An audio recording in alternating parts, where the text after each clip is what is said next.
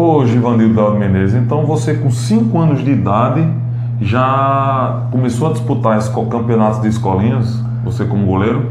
Não era propriamente uma escolinha, e sim um campeonato de João Pessoa que continha equipes de colégios e também equipes de alguns clubes, como Cabo Branco e outros. É uma pré-seleção para futuramente ir disputar as categorias maiores no Cabo Branco. E você chegou a ingressar no futebol profissional como atleta?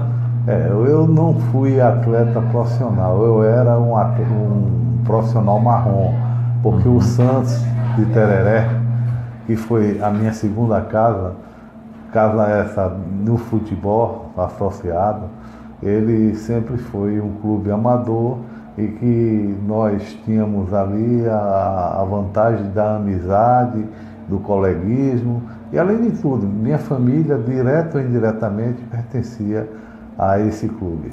Ô Babá, mas você você se formou em educação física e chegou a trabalhar em clubes profissionais como preparador físico? Eu, na época que comecei a minha adolescência, tentei vestibular para medicina, fui classificado para a área 2 e, naquela época, na Universidade Federal, tinha um processo classificatório e eu não cheguei a atingir a cota máxima para entrar na faculdade de medicina. E sim, fui convocado para ir fazer farmácia, não atendendo, não aceitando.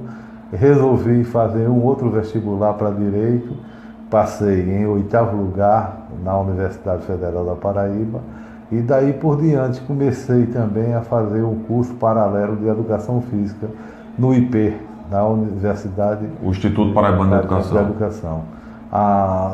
O qual eu futuramente fui ser professor das cadeiras de futebol e futebol de salão, treinamento desportivo e, além disso tudo, passei também a lecionar nos cursos de psicologia com direito desportivo e também antidoping, que fazia parte da cadeira, era o professor Videres. Ô Babá, naquele tempo, a gente vê hoje em dia as transferências milionárias e a gente não vê muita identificação dos atletas com os clubes. Naquele tempo existia uma paixão maior, a identificação do atleta para com o clube, mesmo a janela de transferência custando menos caro do jeito que é hoje?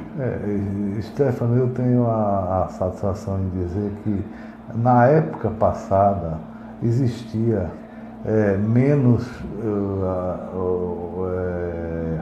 podemos dizer assim, essa máfia que tentava levar tudo empresários, tudo que era de empresa de marketing, futuros de jogadores no Brasil e também no mundo, empresários e até mesmo dirigentes que eles chamam hoje de agente FIFA.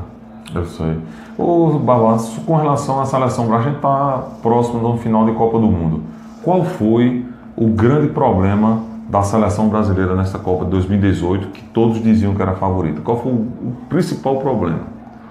Stefano, antes de mais nada, eu tenho que dizer que não existe favoritismo com relação hoje ao futebol, porque está tão nivelado. Na sua ótica, o Brasil não é esse favorito todo, não? Não existe esse favoritismo todo, não, porque eu tive em novembro, como você bem sabe, lá no leste europeu, participando de um evento. Inclusive você esteve na Croácia, né? Finalista na Croácia e assisti até, junto com meu irmão Givaldo, um jogo entre Croácia e a Bósnia.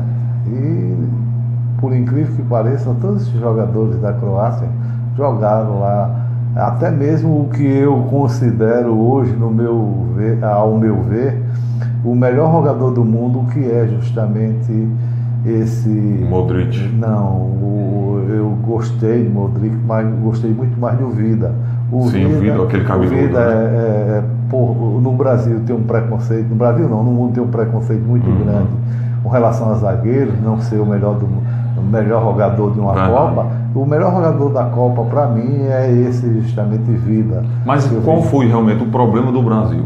O problema do Brasil está mais alicerçado na administração do futebol brasileiro. Quer dizer que está além do campo. Além do campo, as máfias que continuam dirigindo esse futebol brasileiro capenga com relação a tudo, as informações. Viram mesmo agora, antes do jogo do Brasil, o primeiro jogo do Brasil, houve uma eleição para a escolha da futura sede de 2026. E o Brasil foi em 3 países como México, Estados Unidos e Canadá. O Brasil foi contra os candidatos da FIFA. Por quê?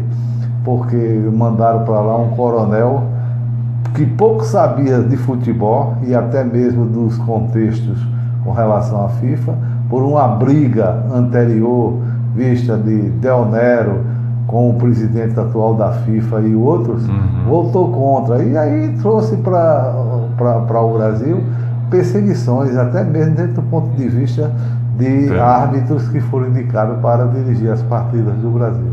Tá certo, então foi esse nosso bate-papo com o Givanildo Léo de Menezes, conhecido como Babá, que tem uma trajetória toda ligada ao esporte. Obrigado, viu, Babá? Muito obrigado, Stefano, e que continue com essas suas entrevistas, porque isso só vai trazer para a gente muitos fluidos, porque o Brasil está precisando de informação. O povo brasileiro, o povo paraibano de um modo geral, não sabe de nada com relação ao que vem ocorrendo na administração, as corrupções no futebol brasileiro e mundial.